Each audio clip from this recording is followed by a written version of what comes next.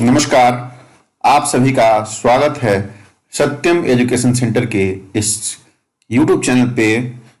जैसा कि आप लोगों को मालूम है, हम उत्तर प्रदेश पुलिस कांस्टेबल के लिए जितनी भी वैकेंसियां निकली हैं, चाहे वो असिस्टेंट ऑपरेटर की हो या आपको हेड ऑपरेटर की हो, वर्कशॉप की हो, ITI वाले पोस्ट के लिए हो, सारे पोस्ट के लिए जो है हम यहाँ पे एक सीरीज चला रहे हैं। ठीक है, तो इस सीरीज में अभी तक हम लोगों ने 9 सीरीज कर लिया है, 9 सेट जो सॉल्व पेपर सेट कर लिया है।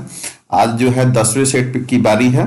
तो अगर अभी तक आप लोगों ने हमारे पिछले 9 सेट को नहीं देखा है तो जाके हमारे प्लेलिस्ट यूपी पुलिस कांस्टेबल के नाम से एक बना हुआ है playlist, UP police /UP SSC के नाम से एक जो प्लेलिस्ट बना है, वहां से आप लोग देख सकते हैं।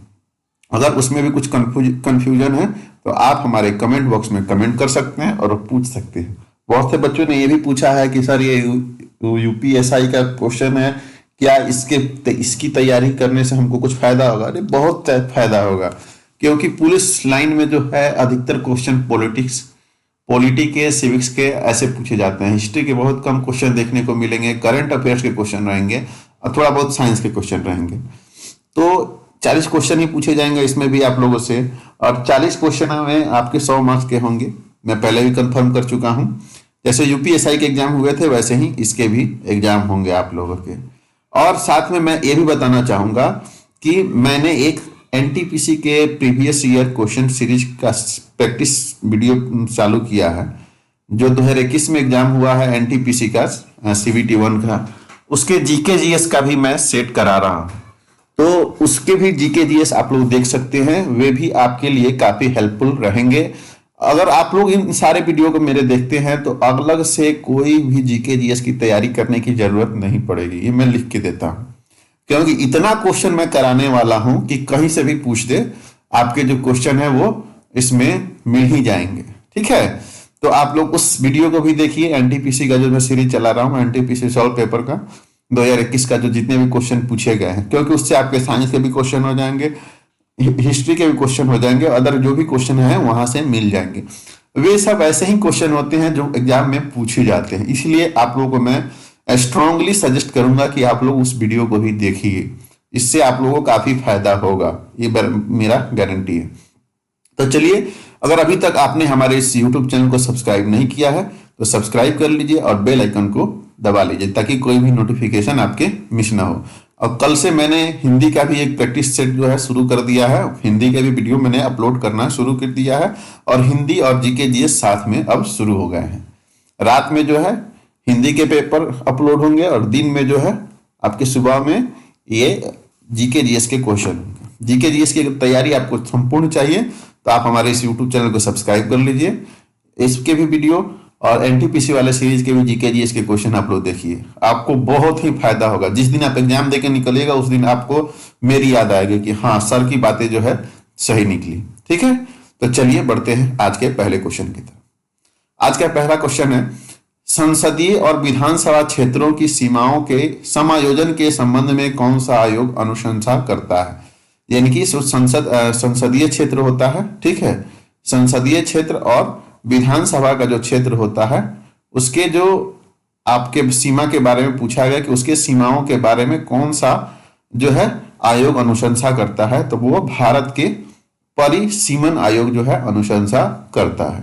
अगले क्वेश्चन की ओर बढ़ेंगे, पर drop more crop is component of which scheme? पर ड्रॉप प्रति बूंद अधिक फसल किस योजना का घटक है? तो ये जो है प्रधानमंत्री कृषि सिंचाई योजना का घटक है। ठीक है, प्रधानमंत्री कृषि सिंचाई योजना का घटक है। ठीक है, काफी इंपॉर्टेंट क्वेश्चन है आप लोग के लिए, ये क्वेश्चन आप लोग देख लीजिएगा, काफी इंपॉर्टेंट क्वेश्चन है आप लोगों के लिए, ये मेरा गारंटी है। अगला है, आंध्र प्रदेश के गुडेम विद्रोहियों को किसने यह दावा करते हुए बंदी बनाया कि उनके पास विशेष शक्तियां हैं और वे बंदूक की गोलियों से भी बच सकते हैं? तो वे थे अल्लूरी सीताराम राजू। ठीक है, अगले क्वेश्चन की ओर बढ़ेंगे, देश के में एकमात्र उद्योग कौन सा है जो मूल्य श्रृंखला कच्चे माल के से उत्पादन तक में आत्मनिर्भर और पूर्ण है? तो ये है टेक्सटाइल इंडस्ट्री। कौन है? टेक्सटाइल इंडस्ट्री, जो वस्त्र उद्योग है वो जो है इसमें काफी निपुण है, आत्मनिर्भर है। ठीक है, इसी में अगर मित्रा योजना की बात करें, मित्रा योजना, ठीक है, इसके लिए शुरू किया गया है। ये भी काफी इंपॉर्टेंट क्वेश्चन है आप लोगों के लिए, आप लोग देख सकते हैं। मित्र योजना जो है, मित्रा योजना कहिए, मित्र योजना जो है, इसके लिए 7 टेक्सटाइल पार्क क्या जो है इस्टेब्लिशमेंट किया जा रहा है भारत सरकार के द्वारा।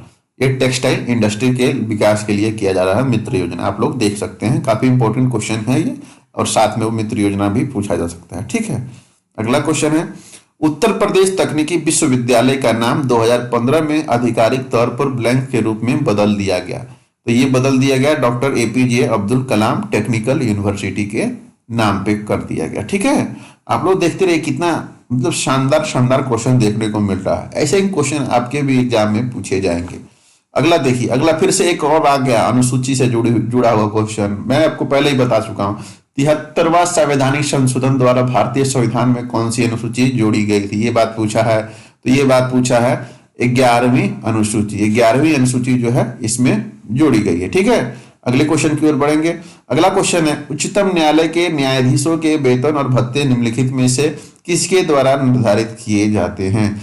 यानी कि उच्चतम सुप्रीम कोर्ट के न्यायालय के न्यायाधीश के वेतन और भत्ते किसके द्वारा निर्धारित किए जाते हैं। तो ये निर्धारित किए जाते हैं किसके द्वारा, भारत के पार्लियामेंट के द्वारा, यानी कि संसद के द्वारा। ठीक है, संसद जो हो जाएगा इसका आंसर हो जाएगा। अगला है, एफडीआई सुधार और इनकी परिभाषाओं के युक्तिकरण के निम्नलिखित में से कौन सी समिति गठन किया गया था, कौन सी समिति का गठन किया गया था, ये बात पूछा गया है। तो ये कौन सी समिति थी, मायाराम कमेटी, मायाराम कमेटी। ठीक है, मायाराम कमेटी का गठन किया गया था। Which of the following disease is also known as African trypanosomiasis के नाम से भी जाना जाता है। तो ये कौन सी है बीमारी, निद्रालु रोग जो होता है, जिसको इस नाम से भी जाना जाता है, अफ्रीकी ट्रिप्नोसोमियासिस के नाम से भी जाना जाता है। अगला है, भारत ने ग्रेटर माले कनेक्टिविटी प्रोजेक्ट के लिए किस देश को निधि प्रदान की है। तो कौन सा देश है, वो देश है मालदीव। कौन सा देश है, मालदीव देश है, उसको ये निधि प्रदान की है। ठीक है, अगले क्वेश्चन की ओर बढ़ेंगे। विच of the following is a herbivores marine mammal. Herbivores यानी कि शाकाहारी समुद्री स्तनपायी है। तो ये है सी काऊ, दरियाई घोड़ा जो है मैमल है ये। ठीक है, अगले क्वेश्चन की ओर बढ़ेंगे। अगला क्वेश्चन है, यहाँ पे आप लोग देख सकते हैं, अगले क्वेश्चन की ओर हम लोग बढ़ चुके हैं। विच कॉन्स्टिट्यूशनल अमेंडमेंट एक्ट एडेड किस संवैधानिक संशोधन अधिनियम ने भारतीय संविधान के भाग 3 में सहकारी समिति बनाने का अधिकार को जोड़ा गया। तो ये कौन सा संवैधानिक संशोधन था, तो ये 97। अभी सहकारी विभाग जो है मिनिस्ट्री है, उसके मिनिस्टर कौन है, तो वो हमारे अमित शाह है। अमित शाह को ही इसका मंत्रालय का जिम्मा दिया गया है। ठीक है, अमित शाह जी को दिया गया है सहकारी मंत्रालय। काफी फेमस मंत्रालय है, अभी नया नया बना है, इसलिए आप लोग को उसका भी दिमाग में रखना होगा। और कौन सा संवैधानिक संशोधन है, तो 97वां संवैधानिक संशोधन है। ठीक है, किसके लिए, भाग 3 में सहकारी समिति बनाने का अधिकार जोड़ा गया इसके लिए। ठीक है, अगले क्वेश्चन की ओर बढ़ेंगे।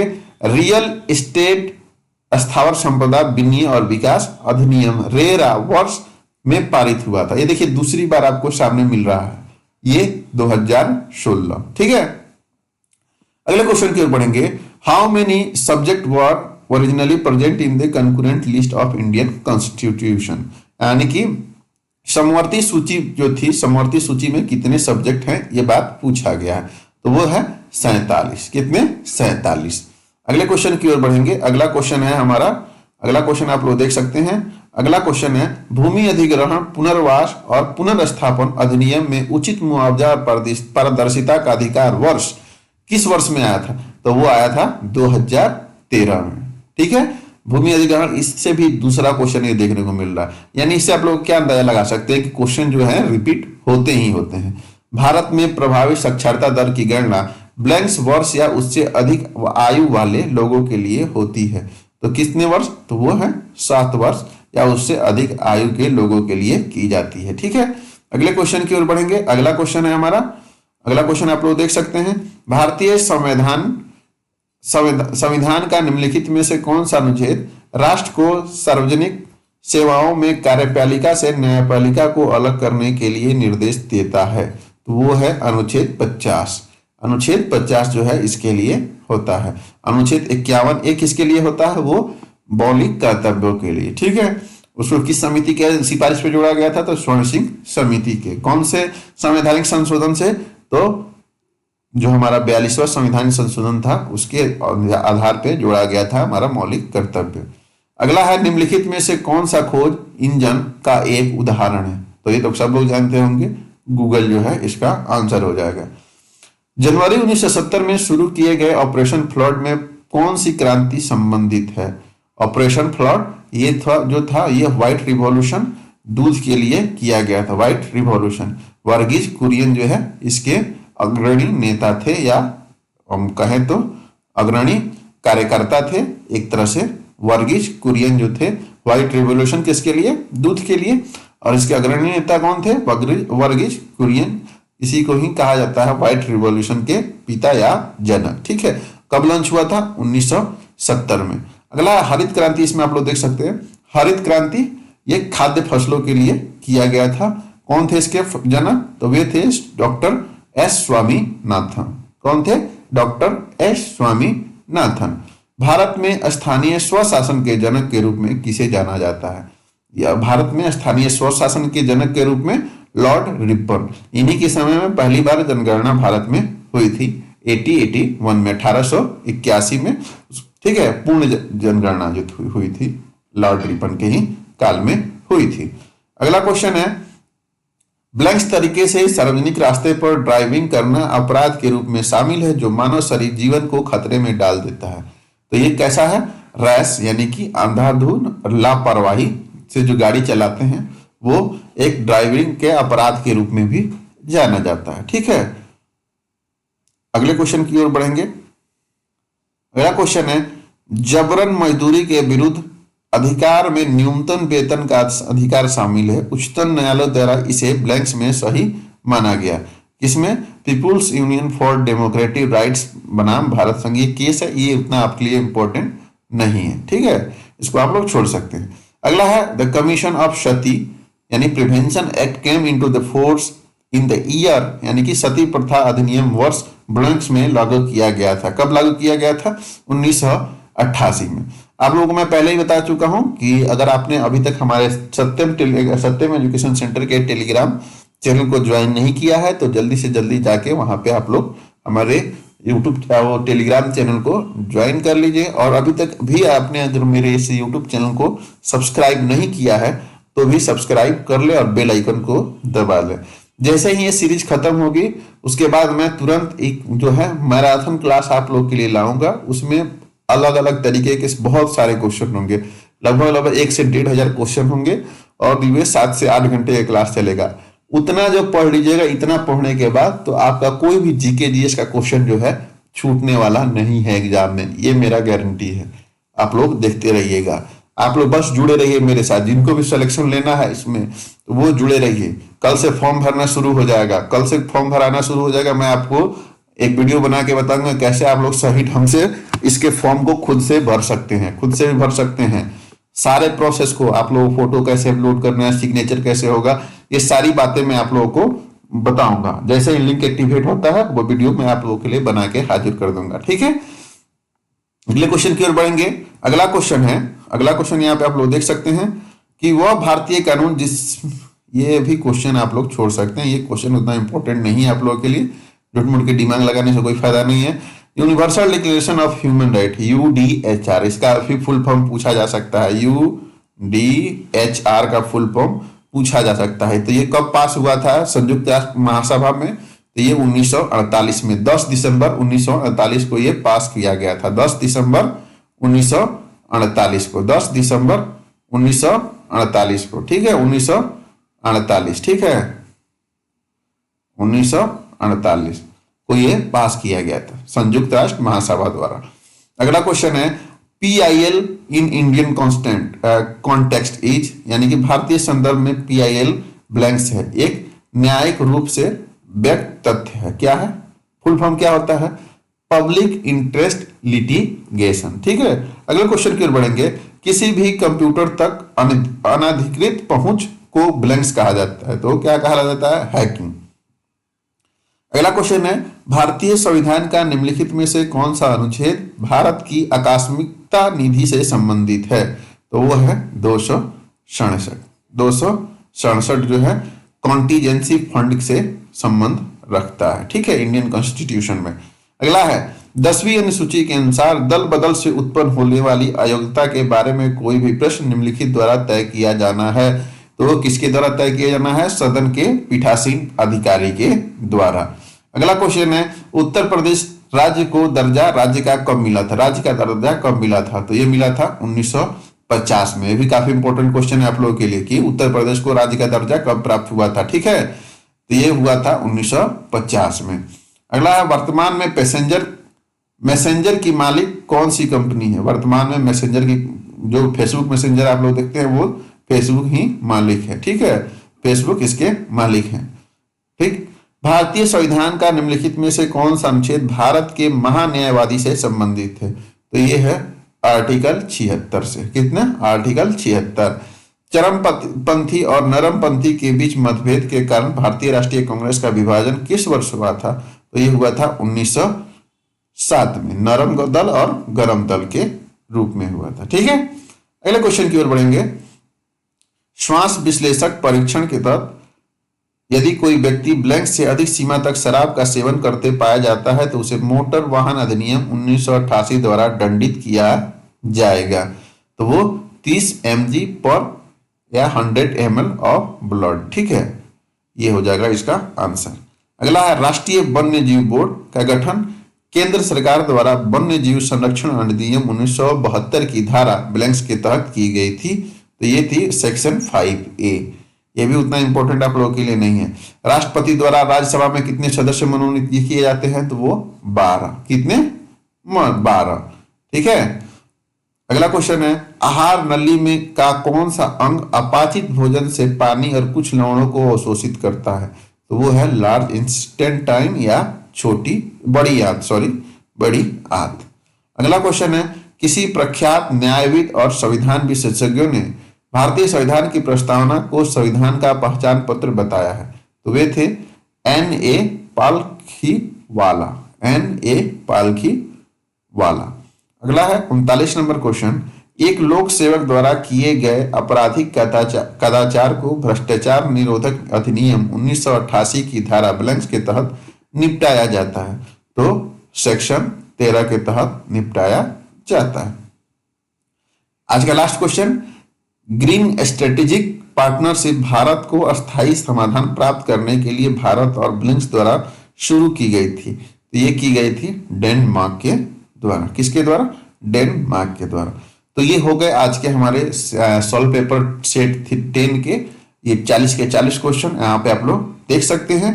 तो अगर अभी तक भी आपने हमारे इस YouTube चैनल को सब्सक्राइब नहीं किया है तो जल्दी से जल्दी सब्सक्राइब कर लीजिए। और जिनको भी अभी तक ये सेट जो उतना दिमाग में नहीं आया है वो दोबारा इस वीडियो को देखें और जिसमें जितने भी क्वेश्चन कराया गया है सबको अपने अपने माइंड में बैठा लें ताकि उनके कोई भी क्वेश्चन जो है वो छूटे ना। ठीक है, क्योंकि ये सब क्वेश्चन जो है आपके एग्जाम में काफी महत्वपूर्ण डिसीजन दे देंगे, आपको काफी आगे ले जाके खड़े कर देंगे औरों की अपेक्षा में।